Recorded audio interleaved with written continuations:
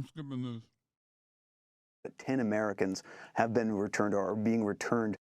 Speaking of Vuvuzela,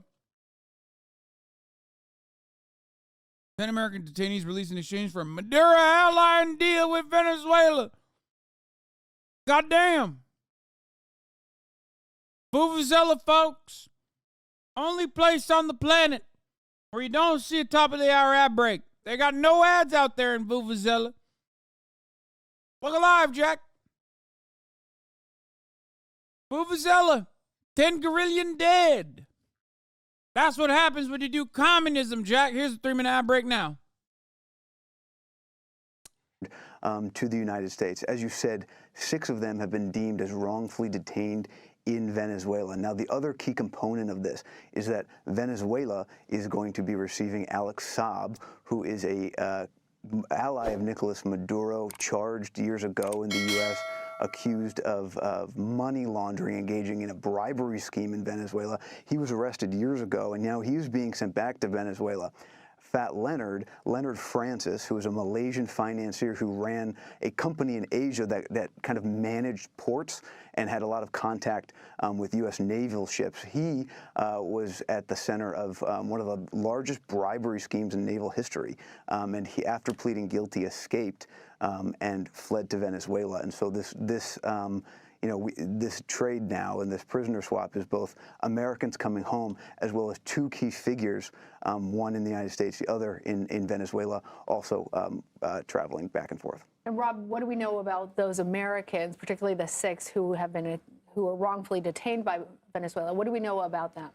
Right, so these Americans, many of their families, Margaret Brennan, CBS News' chief foreign affairs correspondent, moderator of Face of the Nation, she has been doing some very extensive reporting on the families and these prisoners who have been pushing for the release. There's been increased pressure from their families and from the from the prisoners themselves, who the United States had deemed to be wrongfully detained, to make a deal with Venezuela for their release. There was a deadline set for November 30th that the White House has set, and obviously that had passed, but here's a culmination of some staunch advocacy by both the prisoners and their families.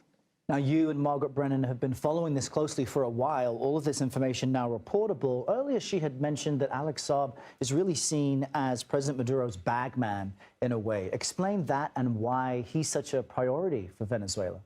Sure. So when he was arrested a few years ago during the Trump administration, this was touted as a big win for law enforcement. He was on his way to Iran to, as he said, broker some sort of deal with Venezuela over funding between Venezuela and Iran. He was taken off a plane and extradited to the United States and faced charges here. Since then, there's been a pretty staunch campaign, both by his lawyers here in the United States and activists, to return him back to Venezuela. He had claimed that he was acting as a diplomat for Venezuela with Iran. The Justice Department said no, he had broken many laws, and they wanted to hold him here. That case has been going through the appeals process, as his attorneys have been trying to argue to courts that he was acting as a diplomat and should have some sort of immunity to shield him from prosecution. He's considered a close ally of Nicolas Maduro, and according to prosecutors and the Treasury Department, engaged in pretty sweeping schemes to bribe officials and pocket hundreds of millions. It's like when we do it, there's a reason, all right? When we do it, there's a reason. You understand? When Venezuela does it, there's no reason. It's bad. But when we do it, there's a reason.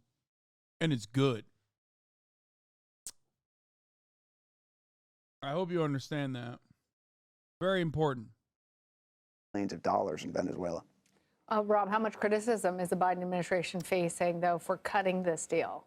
Well, you know, just because this happened, we have to see what the ramifications are. But prisoner swaps like these always come with certain ramifications.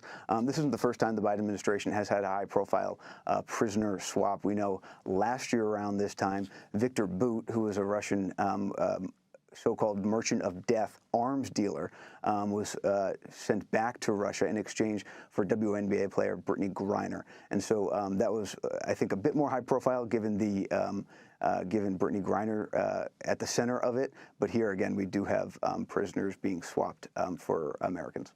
Yeah, we know that the last big one was October last year, in which 7 Americans came home. All right, Rob Legary. Wait, I don't get it. Who they fucking why are there American prisoners in Venezuela? By the way, I love his verbiage here. He said they're swapping prisoners for Americans. Is it the dudes who fucking went in and the fishermen? Is that who it is?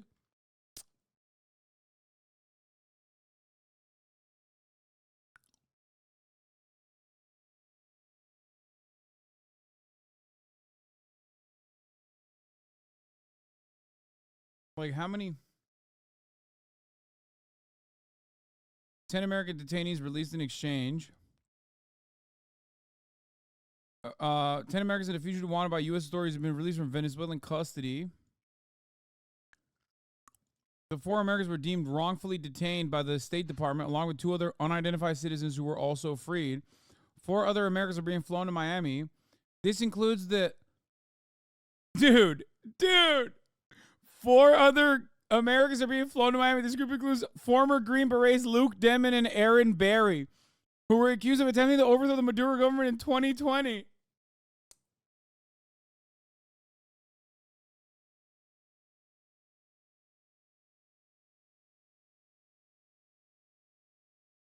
Bro, those guys deserve to be in jail, dog. What the fuck? Like, that's a totally normal detention and apprehension. Like, there's no planet, there's no country on the planet that would be like, oh, did you guys try to, like, physically overthrow the government with weapons? Nah, that's legal, actually, because you're American. Because I was wondering, like, accused or convicted? Bitch, what do you mean accused or convicted? I mean, oh, you're making fun of the article. Yeah, they're saying allegedly, and it's like, what were they doing there? What were they doing there?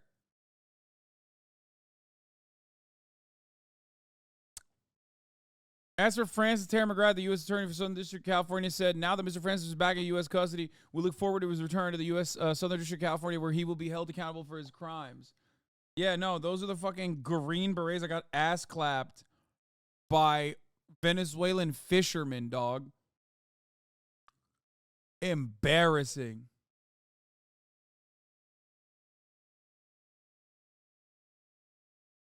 Whew.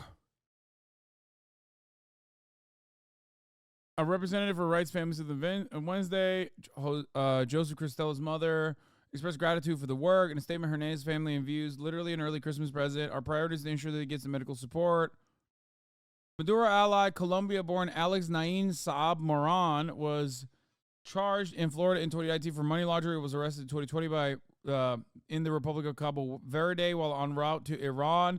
Saab was extradited to the U.S. in the next year to face criminal prosecution. He pleaded not guilty, and his attorneys have been since trying to get his case dismissed by claiming diplomatic immunity.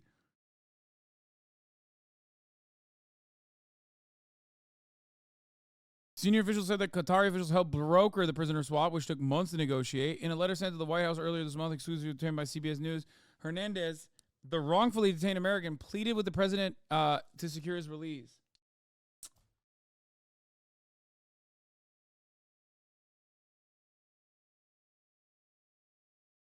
All of these articles always fucking... all of these articles always will just be like, yeah, this guy absolutely deserved getting imprisoned, as a matter of fact. And then all of the Americans, well, they were wrongfully detained by this horrifying foreign nation. Very scary. Saab's U.S. protection sparked an outcry from Venezuela's government and activist prosecution. In the U.S., and his defense team embarked on a concerted legal effort to get the case against him dismissed in federal court. They argued in court documents that he was acting as a Venezuelan special envoy working with Iranian officials at the time of his arrest and should be shielded from prosecution for reasons of diplomatic immunity.